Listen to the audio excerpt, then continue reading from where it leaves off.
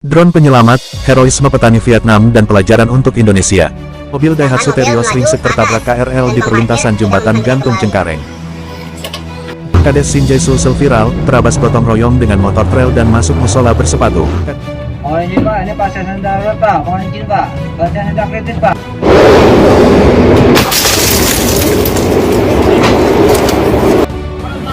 Bapak tahu nggak? Oke. Oke. Oke, Bapak.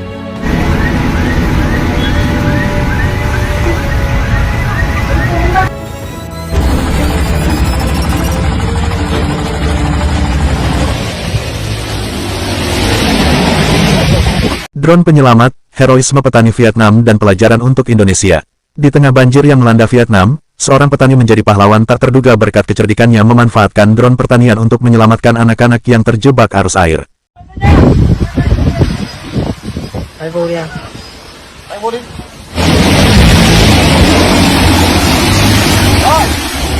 Video viral menunjukkan seorang anak kecil digendong drone besar, melayang menuju tempat aman, sementara anak lain menanti giliran dengan penuh harap. Tindakan heroik ini bukan hanya soal keberanian, tetapi juga bukti nyata bagaimana teknologi sederhana, jika digunakan dengan kreativitas, bisa menyelamatkan nyawa di saat krisis. Petani ini, dengan drone yang biasanya hanya menyemprot pestisida, membuktikan bahwa inovasi tak kenal batas, bahkan di tangan orang biasa. Kisah ini mengundang decak kagum sekaligus sindiran halus bagi Indonesia, negara yang tak asing dengan banjir tahunan, namun seringkali terjebak dalam respons bencana yang lambat dan kurang inovatif. Sementara petani Vietnam mengubah alat pertanian menjadi alat penyelamat, di Indonesia, drone lebih sering digunakan untuk swafoto atau keperluan seremonial ketimbang keadaan darurat. Padahal, dengan luasnya wilayah dan kerentanan terhadap bencana alam, Indonesia seharusnya bisa belajar dari kreativitas seperti ini. Alih-alih hanya mengandalkan bantuan konvensional yang kerap terlambat, teknologi seperti drone bisa menjadi solusi cepat untuk menjangkau korban di daerah terpencil. Kejadian di Vietnam ini adalah pengingat bahwa inovasi tidak selalu datang dari laboratorium canggih atau anggaran besar, tetapi dari kemauan untuk berpikir di luar kebiasaan. Indonesia, dengan segala potensi sumber daya manusianya, seharusnya malu jika masih terpaku pada cara-cara lama dalam menghadapi bencana. Kisah petani Vietnam ini bukan hanya inspirasi, tetapi juga tamparan halus, saatnya kita berhenti sekadar mengagumi teknologi dan mulai memanfaatkannya untuk menyelamatkan nyawa, sebelum banjir berikutnya datang lagi. Mobil Daihatsu Terios ringsek tertabrak KRL di perlintasan jembatan gantung Cengkareng. Jakarta, kecelakaan tragis terjadi di perlintasan kereta api jembatan gantung, Cengkareng, Jakarta Barat, pada Selasa malam, tanggal 8 Juli tahun 2025, sekitar pukul 20 waktu Indonesia Barat.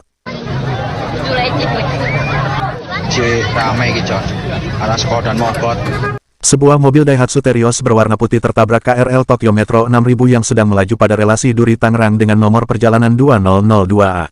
Insiden ini menyebabkan dua pria yang berada di dalam mobil mengalami luka serius dan langsung dilarikan ke RSUD Cengkareng untuk mendapatkan perawatan intensif. Berdasarkan keterangan warga di lokasi, kecelakaan diduga terjadi karena mobil menerobos perlintasan saat KRL sudah mendekat.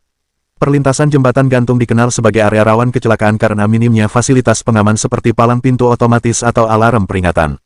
Petugas penjaga perlintasan, yang biasanya berjaga secara manual, tampaknya tidak mampu mencegah mobil tersebut melintas. Kejadian ini kembali menyoroti perlunya peningkatan keamanan di perlintasan sebidang di Jakarta. Pihak kepolisian dan PT Kai Komuter sedang menyelidiki penyebab pasti kecelakaan ini. Manajer Public Relations Kai Komuter, Leza Arlan, menyampaikan permohonan maaf atas gangguan perjalanan KRL akibat insiden tersebut dan mengimbau pengguna jalan untuk lebih waspada saat melintasi perlintasan kereta api. Kecelakaan ini menambah daftar insiden serupa di perlintasan jembatan gantung, yang sebelumnya juga pernah memakan korban jiwa dan luka berat, menegaskan urgensi perbaikan infrastruktur untuk mencegah kejadian serupa di masa depan.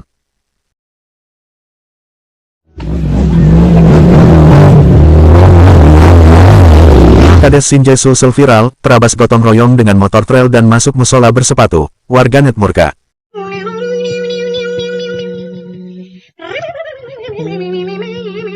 Agak lain emang Kades yang satu ini, sebuah video yang beredar di media sosial telah mengguncang warga Kabupaten Sinjai, Sulawesi Selatan, menampilkan aksi kontroversial seorang kepala desa Kades yang dinilai tak beretika. Dalam rekaman tersebut, sang Kades dengan gagah berani menerabas kerumunan warga yang sedang gotong royong memperbaiki jalan menggunakan motor trail, seolah tak peduli dengan kerja keras masyarakatnya. Aksinya yang sembrono ini memicu gelombang kemarahan warganet, yang menyebutnya sebagai tindakan arogan dan tidak menghormati semangat kebersamaan warga. Tak berhenti di situ, kepala desa ini kembali menuai kecaman ketika video lain menunjukkan dirinya memasuki sebuah musola tanpa melepas sepatu. Tindakan ini dianggap mencoreng nilai-nilai budaya dan agama yang dijunjung tinggi oleh masyarakat setempat. Dalam budaya Indonesia, memasuki tempat ibadah seperti musola dengan alas kaki adalah tindakan yang sangat tidak pantas dan dianggap tidak menghormati kesucian tempat tersebut. Warganet pun ramai-ramai mengkritik, dengan beberapa menyebutnya sebagai cerminan kurangnya sensitivitas dan etika seorang pemimpin desa. Seorang kades harusnya jadi panutan, bukan malah bikin malu. Tulis salah satu pengguna. Kejadian ini telah memicu diskusi luas tentang pentingnya etika dan kepemimpinan yang berintegritas di tingkat desa. Banyak yang menuntut sang kades untuk meminta maaf secara terbuka dan bertanggung jawab atas tindakannya. Hingga kini, belum ada pernyataan resmi dari pihak kades atau pemerintah setempat terkait insiden ini, namun tekanan dari warganet terus meningkat. Kasus ini menjadi pengingat bahwa seorang pemimpin, bahkan di level desa, harus menjunjung tinggi nilai-nilai budaya dan gotong royong yang menjadi inti kehidupan masyarakat Indonesia. Mohon izin Pak, ini pasien darurat Pak. Mohon izin Pak, pasien sedang kritis Pak. Mobil dinas DPR RI diduga halangi ambulan bawa pasien kritis, netizen geram. Sebuah video yang memperlihatkan mobil dinas berplat nomor 5305 diduga menghalangi laju ambulan yang sedang membawa pasien kritis menjadi viral di media sosial. Dalam rekaman tersebut, ambulan dengan sirene menyala terlihat kesulitan melintas karena mobil dinas di depannya tidak segera memberikan jalan. Kejadian ini memicu kemarahan netizen, yang menilai tindakan tersebut tidak mencerminkan kepedulian terhadap nyawa pasien dalam kondisi darurat. Banyak warganet mempertanyakan urgensi penggunaan mobil dinas dibandingkan prioritas ambulan yang tengah menjalankan tugas kemanusiaan. Berdasarkan penelusuran, mobil dinas berplat 5305 diketahui digunakan oleh seorang anggota DPR RI yang menjabat sebagai wakil ketua dari fraksi Partai Kebangkitan Bangsa PKB. Meski demikian, belum ada pernyataan resmi dari pihak terkait mengenai insiden ini. Dugaan bahwa mobil tersebut sengaja menghambat ambulan masih menjadi perbincangan hangat, dengan banyak pihak menyerukan agar pengemudi mobil dinas lebih memahami aturan lalu lintas yang mengutamakan kendaraan emergensi seperti ambulan, sebagaimana diatur dalam pasal 287 ayat 4 UU Lalu Lintas dan Angkutan Jalan. Kejadian ini menambah daftar panjang kontroversi terkait penggunaan mobil dinas oleh pejabat publik. Netizen mengecam keras tindakan yang dianggap mengabaikan keselamatan nyawa, dengan beberapa komentar seperti, "Ambulan bawa pasien kritis, tapi mobil dinas malah bikin susah." Ada pula yang mendesak agar pemerintah memberikan edukasi lebih lanjut kepada sopir mobil dinas tentang pentingnya memprioritaskan ambulans di jalan raya. Hingga kini, publik masih menanti klarifikasi resmi dari anggota DPR yang terkait dengan mobil tersebut untuk menjelaskan kronologi kejadian.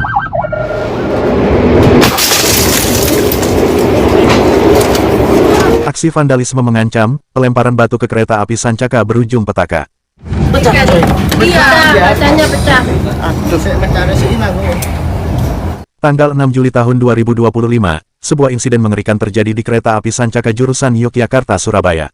Sekitar pukul 22.45 waktu Indonesia Barat, seorang penumpang wanita, Widya Anggraini, menjadi korban pelemparan batu oleh oknum tak bertanggung jawab saat kereta melintas antara stasiun Klaten dan Srowot.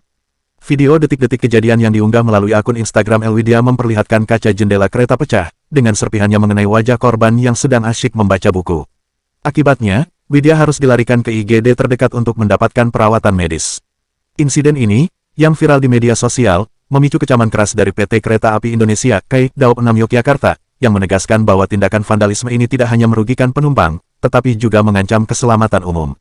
Tindakan pelemparan batu ke kereta api bukanlah perbuatan iseng semata, melainkan pelanggaran hukum serius yang diatur dalam Pasal 194 Ayat 1 Kitab Undang-Undang Hukum Pidana KUHP dan Undang-Undang Nomor 23 Tahun 2007 tentang Perkeretaapian. Menurut manajer Humas KAI Daop 6 Yogyakarta, Feni Novida Saragih, pelaku yang dengan sengaja membahayakan lalu lintas kereta api dapat dihukum pidana penjara hingga 15 tahun atau denda maksimal 1 miliar. Jika perbuatan tersebut menyebabkan kematian, hukuman bisa mencapai penjara seumur hidup atau maksimal 20 tahun sesuai Pasal 194 Ayat 2. Dalam kasus ini, dua penumpang, termasuk Widya, terluka akibat serpihan kaca dan langsung mendapat penanganan medis di RS Triharsi setelah kereta tiba di stasiun Solo Balapan, dengan perawatan lanjutan di Surabaya. PT KAI Daop 6 Yogyakarta menyatakan tidak akan mentoleransi aksi vandalisme dan berkomitmen untuk mengejar pelaku agar diproses hukum. Feni Novida mengimbau masyarakat untuk menghentikan segala bentuk tindakan yang membahayakan perjalanan kereta api, seperti pelemparan batu, yang dapat menyebabkan kecelakaan fatal. KAI juga memastikan bahwa korban akan mendapatkan asuransi dan perawatan kesehatan penuh sebagai bentuk tanggung jawab. Kejadian ini menjadi pengingat akan pentingnya kesadaran kolektif untuk menjaga keamanan transportasi publik, yang menjadi tulang punggung mobilitas masyarakat. Masyarakat di sekitar jalur rel diharapkan turut melaporkan tindakan vandalisme kepada pihak berwajib demi mencegah insiden serupa di masa depan. Bapak tahu nggak? Oke. Ini ada protokolnya. Saya dari sana 4 jam. Oke. Semua ikut aturan. Oke, Bapak. Polantas Bogor sigap kawal anak demam tinggi terjebak macet, sempat dihentikan pengendara. Bikin gemes ya kelakuan abang botak ini. Oke. Ini ada protokolnya. Saya dari sana 4 jam. Oke. Semua ikut aturan. Oke, Bapak tahu. Lu ngerti nggak? Silakan. Bapak yang dikawal siapa? Pakai ambulans, pakai ambulans. Bogor, tanggal 7 Juli tahun 2025 aksi heroik anggota Satlantas Polres Bogor patut diapresiasi setelah dengan sigap mengawal seorang anak yang mengalami demam tinggi dan terjebak kemacetan berjam-jam di wilayah Bogor. Berdasarkan laporan yang diterima, anak tersebut dalam kondisi darurat dan membutuhkan penanganan segera di instalasi gawat darurat IGD rumah sakit terdekat. Petugas Satlantas, yang dikenal dengan akun Bolu Gemoy, segera bertindak cepat untuk membuka jalur bagi kendaraan yang membawa pasien tersebut. Kecepatan dan ketanggapan polisi ini menjadi sorotan positif di tengah situasi lalu lintas yang padat. Namun, dalam perjalanan menuju rumah sakit, upaya pengawalan sempat terganggu ketika pengendara lain menghentikan laju kendaraan yang dikawal. Meski demikian, petugas Satlantas dengan penuh dedikasi tetap berupaya memastikan pasien dapat sampai ke IGD secepat mungkin. Aksi ini mencerminkan komitmen Polantas Bogor dalam memberikan pelayanan kepada masyarakat, sesuai dengan arahan Kapolresta Bogor Kota Kombes Eko Prasetyo yang menekankan pentingnya polisi hadir untuk membantu masyarakat dengan hati. Tindakan serupa juga pernah dilakukan oleh anggota Satlantas lainnya, seperti Aibda Agus Sudarisman, yang viral karena mengawal pasien dengan melawan arus di Jalan Pajajaran. Keluarga pasien menyampaikan rasa terima kasih atas respons cepat dan sigap dari Satlantas Polres Bogor. Dalam situasi darurat, bantuan ini menjadi penentu keselamatan nyawa anak yang sedang kritis.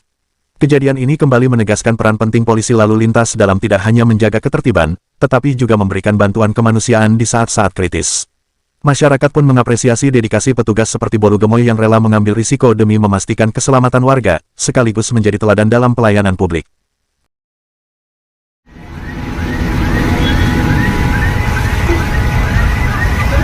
Banjir menerjang Bekasi, Jalan Tol Baru Burangkeng dan lampu merah Delta Mas lumpuh akibat hujan deras.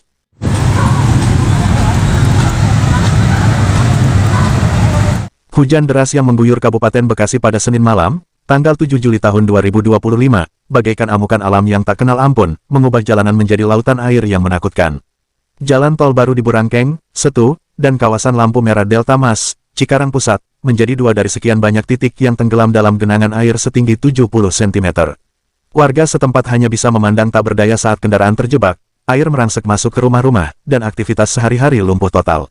Saya muak, ini bukan banjir pertama, tapi sepertinya tidak ada solusi nyata, keluh Iwan, warga kampung Gabus, menggambarkan frustrasi yang melanda banyak hati di Bekasi.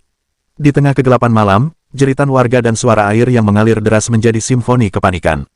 Badan Penanggulangan Bencana Daerah BPBD Kabupaten Bekasi bergerak cepat, mengerahkan tim untuk mengevakuasi warga menggunakan perahu karet, namun tantangan besar menanti.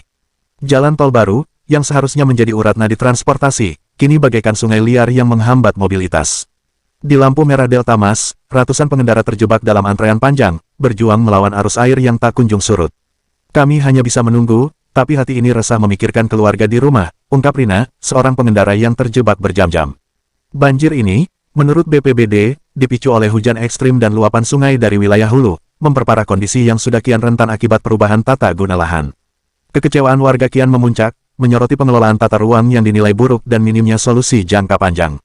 Setiap musim hujan, kami selalu dihantui banjir. Pemerintah seolah tak pernah serius, ujar Hairul, seorang pedagang di Cikarang Pusat, dengan nada penuh keputusasaan.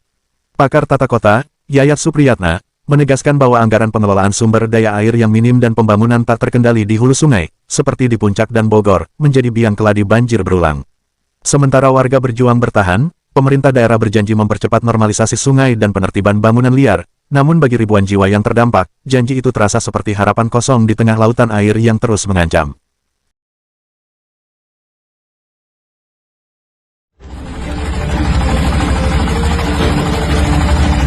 Nyawa di ujung ombak, tragedi pasien lansia di perahu nelayan akibat efisiensi anggaran.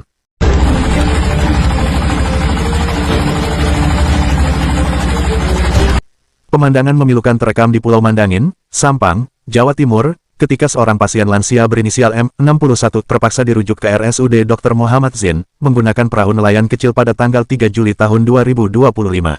Dengan selang infus dan oksigen masih terpasang, M yang menderita gula darah rendah akut terbaring lemah di tengah ombak dan angin kencang, hanya karena ambulan laut milik pemerintah tidak beroperasi. Menurut Jalil, menantu pasien, Keluarga terpaksa menyewa perahu seharga Rp400.000 setelah permintaan penggunaan ambulans laut ditolak. Kejadian ini menjadi sorotan publik setelah video berdurasi 15 detik viral di media sosial, memperlihatkan betapa rapuhnya sistem rujukan kesehatan di wilayah kepulauan. Penyebab utama dari tragedi ini adalah kehabisan anggaran operasional ambulan laut, sebagaimana diakui oleh Dinas Kesehatan Sampang. Anggaran bahan bakar minyak BBM, yang seharusnya cukup hingga Juli tahun 2025 telah habis sejak April akibat tingginya frekuensi rujukan pasien.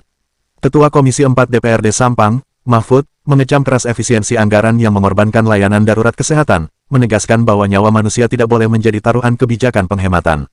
Sementara itu, Dinas Kesehatan berjanji mencari solusi melalui dana perubahan anggaran keuangan PAK, namun janji ini belum memberikan kelegaan bagi masyarakat kepulauan yang terus bergulat dengan akses kesehatan yang terbatas. Kejadian ini bukan sekadar cerita tragis, melainkan cerminan buram layanan kesehatan di Indonesia, khususnya di daerah terpencil. Dewan Kesehatan Rakyat DKR Sampang, melalui Ketua Mausul Maulana, mendesak pemerintah setempat untuk mengoptimalkan ambulans laut dan melakukan evaluasi menyeluruh terhadap sistem rujukan kesehatan. Pulau Mandangin, sebagai satu-satunya pulau terpencil di Kabupaten Sampang, membutuhkan perhatian khusus agar kasus serupa tidak terulang. Ketika efisiensi anggaran justru mempertaruhkan nyawa, publik menanti langkah konkret pemerintah untuk memastikan bahwa panggilan darurat tidak lagi dijawab dengan keheningan.